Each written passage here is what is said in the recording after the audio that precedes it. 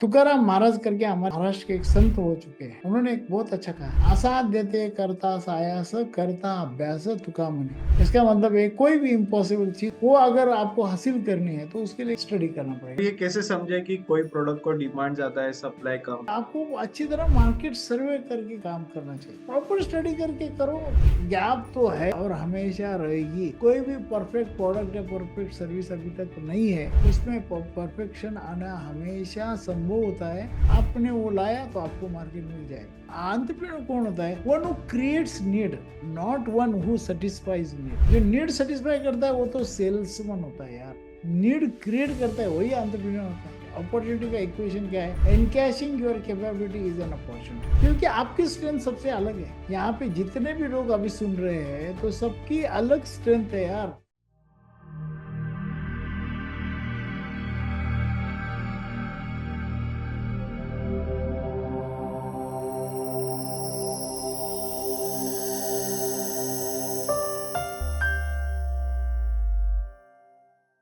Sir, ये कैसे समझे कि कोई प्रोडक्ट को डिमांड ज्यादा है, सप्लाई कम है? देखो ये तो ऐसे है ना, ये सेंस वाली बात होती है। देखो वैसे देखा जाए ना, कोई भी प्रोडक्ट का डिमांड बहुत ज्यादा है या सप्लाई कम है, ऐसी बात होती ही नहीं है। तो होता क्या है, लोगों को जो गैप होती है ना वो अलग होती है। बोल तो क्या है, उनको सप्लाई है लेकिन दे वांट सम चेंज। उनको जो 1 किलो की पैकिंग में मिल रहा है उनको अभी 10 ग्राम की पैकिंग में चाहिए। ये उनका गैप है। That you need to sense. उसके लिए तो मार्केट सर्वे करना जरूरी होता है, क्या चाहिए उनको एग्जैक्टली exactly। अब जैसे निर्मा ने देखा, मार्केट तब भी कोई ना कोई सप्लाई तो कर रहा था, लेकिन उसने देखा कि भाई रिच क्लास के लिए एक ऑप्शन है, they can buy Surf or Det which was there at the rate of 14-15 rupees KG. गरीब लोगों के पास ऑप्शन है, दे कुड वो कॉस्टिक सोडा यूज करते थे 2 रुपए किलो वाला। लेकिन मिडिल क्लास का प्रॉब्लम था, उनके पास ना वो सर्फ ले नहीं पाता था और सोडा अच्छा नहीं लगता था। तो इसने बीच में का 6 रुपए किलो वाला लाया और विच इट वर्कड। मेरा कहना क्या है कि आपको अच्छी तरह मार्केट सर्वे करके काम करना चाहिए। इसलिए वो कंसेप्ट समझ लो, पूरा मार्केट सर्वे जान लो कैसे करना है, क्या करना है, फिर आप जाओ ना, प्रॉपर स्टडी करके करो। गैप तो है हमेशा और हमेशा रहेगी। कोई भी परफेक्ट प्रोडक्ट या परफेक्ट सर्विस अभी तक नहीं है, उसमें परफेक्शन आना हमेशा संभव होता है। आपने वो लाया तो आपको मार्केट मिल जाएगा। यस। अगला कि सर कौन सा बिजनेस करें, जिसको डिमांड है या हमारी स्ट्रेंथ अच्छी है? देखो मैं तो हमेशा कहता हूँ, देखो दोनों चीज होनी चाहिए। एक तो आपकी स्ट्रेंथ भी होनी चाहिए और मार्केट की डिमांड भी होनी चाहिए, या डिमांड क्रिएट करने की पोजीशन चाहिए। डिमांड रेडीमेड ही चाहिए ऐसा नहीं है। एंटरप्रेन्योर कौन होता है? One who creates need, not one who satisfies need. जो नीड सेटिस्फाई करता है वो तो सेल्समैन होता है यार। नीड क्रिएट करता है वही एंटरप्रेन्योर होता है। आपको नीड क्रिएट करनी है। आपकी स्ट्रेंथ जहाँ पे एनकैश होती है, देखो अपॉर्चुनिटी का इक्वेशन क्या है? Encashing your capability is an opportunity. क्योंकि आपकी स्ट्रेंथ सबसे अलग है। यहाँ पे जितने भी लोग अभी सुन रहे हैं तो सबकी अलग स्ट्रेंथ है यार। सुनील चांडक अलग है, श्रीराम चांडक भी अलग है, फिर यहाँ पे कोतकर भी अलग है, राजगोपाल सारडा जी अलग है, प्रीतेश अलग, सब अलग है। Everyone is different, everyone has different capabilities. वो कैपेबिलिटी क्या है उसको ठीक जान के हम उसको एडकैश करने का कोशिश करें ना। आपकी जो लाइकिंग है वो मेरी नहीं होगी, आपके पास जो रिसोर्सेज है वो मेरे पास नहीं है, तो आपके पास जो है उसको एनकैश करो। That is the way. Yes. Sir, business में गारंटीड सक्सेस कैसे मिल सकता है? स्टडी करके, और कुछ नहीं। You have to study it. कोई भी मुश्किल काम क्यों ना हो उसका स्टडी करके काम करेंगे तो yes, you are going to get success. बिना स्टडी करे तो yes, there are lot of chances that you are going to fail. Lot of chances भाई। हम देखो, ऐसा मतलब ये नहीं कि समझिए ट्रेनिंग भी कर लिया तो आप सक्सेस हो गया, ऐसा नहीं है। लेकिन फेलियर किसकी वजह से हुआ ये आपको समझ में आता है, फिर next time you will avoid that thing. बहुत बार है ना, लोग बिजनेस करते फेल होते लेकिन उनको समझ में नहीं आता मैं फेल क्यों हुआ। उनको लगता है यार ये अपने नसीब में ही नहीं है, नसीब को दोष दे के वो उसको बाहर निकल जाता है। ऐसा नहीं है। फेल्योर आने ही वाला है यार, it is a part of game. It is ये होने वाला है, लेकिन उसका स्टडी करके अगर हम जाए, एक प्रॉपर देखो, कोई एक कुएं में छलांग लगानी है तो पहले उसका जान लेना भाई कितना डीप है, कहाँ पे पानी है, कहाँ पे कपार है, कहाँ पे क्या है, उसका स्टडी करो और फिर छलांग लगाओ ना। फिर आपका सर नहीं फूटेगा, हाथ पैर नहीं टूटेंगे। थोड़ा बहुत तो इधर उधर तो होना है।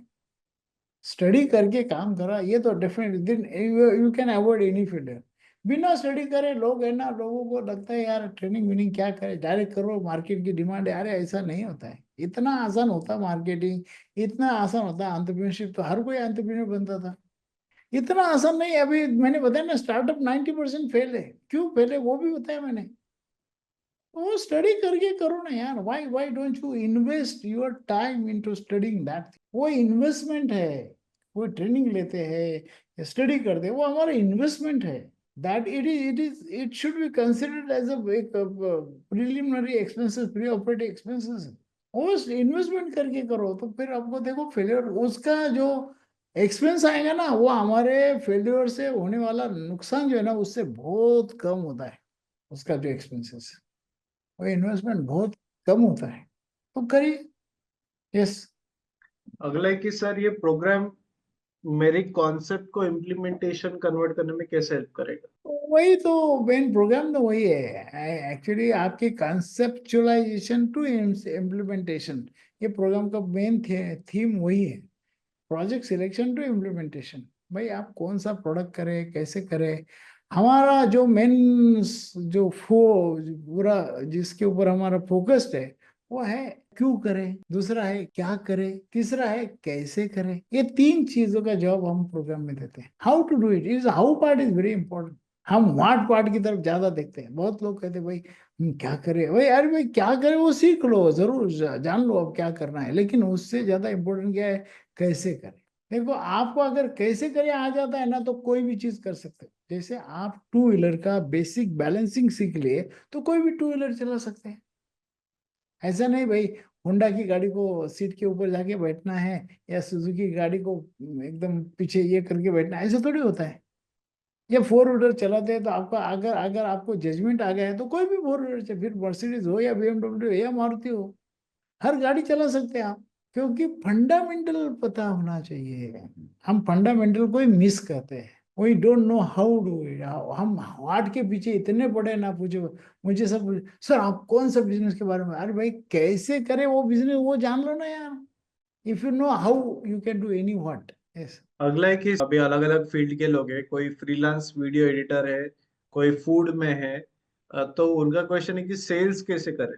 देखो सेल्स को है ना, आप क्या है, एक तो प्रोडक्ट को ठीक से पहचानना बहुत जरूरी है। प्रोडक्ट को ठीक से पहचानो, व्हाट इज योर प्रोडक्ट, क्या करने वाले हैं हम। और दूसरी बात, who is my customer, customer कौन है ना। आज मार्केट की क्या गैप्स है वो ठीक से ध्यान दो, और वही आप लाओ।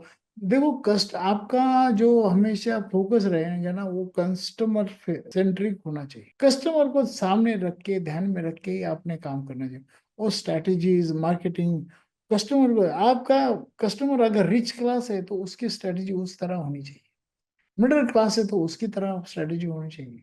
लोअर क्लास कस्टमर है तो उसकी तरह स्ट्रेटेजी होनी चाहिए। उसकी क्या रिक्वायर, लोअर क्लास वाले क्या चाहिए, भाई सस्ता चाहिए, भाई आपका प्रोडक्ट सस्ता बनाओ। मिडिल क्लास को क्या चाहिए, सस्ता भी चाहिए अच्छा भी चाहिए, उस हिसाब से आपको प्रोडक्ट बनाओ। रिच क्लास को क्या चाहिए, अच्छी पैकेजिंग चाहिए, अच्छा ये चाहिए। उसको स्टेटस सिंबल होता है वो, ऊंचे लोग ऊंची पसंद, उस हिसाब से बनाओ।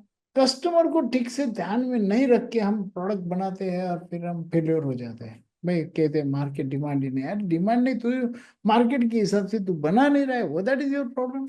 यस। सर कोई भी बिजनेस का फ्रेंचाइजी लेके करे या खुद से शुरू करना चाहिए? देखो फ्रेंचाइजी लेके करे तो गलत बात तो थोड़ी है वो। हाँ ठीक है ना, चलो भाई किसी का बना बनाया नाम वगैरह है तो हमें मिल जाता है, तो फिर शुरू करने में जैसे बोलते हैं ना भाई, देखो हम जब हम छोटे से बड़े होते हैं तो पहले टाइम ऐसे होता वो, कोई किसी को सहारा लेके हम चलते रहते हैं, फिर फिरते फिर अपने आप चलने लगते हैं। तो ठीक है ना, इनिशियली किसी का सहारा लेके चालू करे तो कोई प्रॉब्लम नहीं है ना। लेकिन फ्रैंचाइजी का भी ठीक से चयन करना बहुत इंपॉर्टेंट है। बहुत लोग है ना फ्रैंचाइजी में, ऐसा होता है जो फ्रैंचाइजर है उसका ही बेनिफिट होता है ज्यादा। ऐसा भी होता है। देखो हम प्रॉपर स्टडी करें, ऐसा नहीं कि अच्छी फ्रैंचाइजी नहीं है, बहुत सारी है, लेकिन उसका प्रॉपर चयन होना चाहिए। वो बता रहे, वो तो बहुत सारी बातें बताएंगे भाई आप महीने में 1 करोड़ कमाएंगे, साल में 50 करोड़ कमाएंगे, वगैरह वगैरह बहुत सारी बातें करते हैं। वो कोई गलत थोड़ी है, वो कर रहे हैं। लेकिन वो आइडियल सिचुएशन है भाई, हम प्रैक्टिकल हमारे गांव में ये कर पाएंगे क्या, नहीं ऐसे करो। फ्रेंचाइजी लेना गलत नहीं है, उसमें देयर इज नथिंग रॉन्ग, क्योंकि आपका नाम नहीं है, आपका ब्रांड नहीं है, आपका एस्टेब्लिशमेंट नहीं है, तो थोड़ा आपको इनिशियली तकलीफ आ सकती है। ऑफ कोर्स ये हार्ड ऑप्शन है, तकलीफ आने वाली है तो उसका मेहनत करो, तो फिर आपका भी नाम बने, फिर आपकी फ्रेंचाइजी होगी ना। इनिशियली देखो, आपको मेरी बात बता दो, when I started with one franchisee only, है ना। मैंने अपना उद्योग वर्धिनी ब्रांड किया, लेकिन yes to have good support मैंने एक फ्रेंचाइजी दिया गवर्नमेंट ऑर्गेनाइजेशन का। अब फिर जब मुझे ध्यान में आएगी भाई चलो बस ठीक है, तो उनको छोड़ के मैं अपना ही आज आज मेरी फ्रेंचाइजी दे रहा हूँ मैं।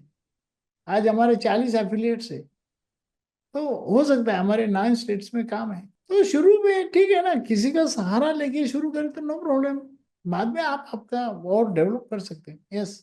Sir, how to find co-founder if we don't have anyone from the same field? देखो सेम फील्ड का ही होना चाहिए ऐसा कुछ जरूरी नहीं है ना। चाहे वो मार्केटिंग वाला बंदा हो, आप मैन्युफैक्चरिंग की तरफ ध्यान दें, वो मार्केटिंग की तरफ ध्यान देगा। वो आपके उसके पास कुछ जगह है, ऐसा कोई ना कोई मिल जाएगा, लाइक माइंडेड होना चाहिए। आपको पहले ना आप खुद ट्राई करो, खुद को कैपेबल बनाओ, फिर आपको जब बड़े पैमाने पे जाना है तो then you should always have some cofounder with you, so that फिर वो मल्टीपल वे से आपका बिजनेस ग्रो होता है। मिलते हैं लोग। और पहले तो मैं क्या बोलता हूँ, आप जो पहले हमारे जो फैमिली है उनको पहले को फॉर्डर बनाओ। आपकी जो फैमिली है, वो आपकी जो क्लोज फ्रेंड्स है, रिलेटिव्स है, चाहे उनको उस बिजनेस की कोई जानकारी ना हो, कोई प्रॉब्लम नहीं है, लेकिन उनका कमिटमेंट है ना, तो कॉन्फिडेंस आ जाएगा। तो उनका कमिटमेंट होना चाहिए, वो अपना वो ओनरशिप होना चाहिए कि भाई yes this is my project, this is my thing. वो उनका ओनरशिप आ गया तो बिजनेस हो जाता है। यस। अगला है कि सर मेरे आजू बाजू बहुत सारा रॉ मटेरियल है, मतलब अनार, मिर्च, प्याज, तो हमें उसमें यूनिट करना चाहिए एंड किस लेवल पे करना चाहिए, मतलब इसका आप जनरल आंसर कैसे दे सकते देखो, यूनिट 3 टाइप के होते हैं। पहला होता है एक तो रिसोर्स बेस, जो रिसोर्सेज आपके यहाँ पास है उसके ऊपर कोई प्रोसेसिंग करके आप बेच सकते हो क्या, दैट इज वन थिंग। दूसरा होता है डिमांड बेस, जो यहाँ पे रिसोर्स नहीं लेकिन डिमांड है, तो डिमांड के आधार पे आप करें। और तीसरा न्यूट्रल होता है, वो सब जगह चलने वाले बिजनेस होते हैं। ये 3 ब्रॉड कैटेगरी हम कर सकते हैं बिजनेस की। तो आप अभी देखो, कोई भी एक चीज में आप काम करके अपना बिजनेस शुरू कर सकते हैं। रिसोर्स बेस करो ना, आपका अगर वो कॉम्पिटेंस है, वहाँ आपकी स्ट्रेंथ है, तो उसको एनकेश करो, है ना। क्योंकि वो मटेरियल दूसरी जगह ले जाएंगे तो उसका ट्रांसपोर्टेशन कॉस्ट बढ़ेगा, फिर उनको नहीं पड़ रहा था, आपके यहाँ ही पैदा हो रहा है उसके ऊपर ही आप करेंगे कुछ, तो definitely it will be beneficial for you. Yes. हैं? Yes, yes, I think we have covered all the questions.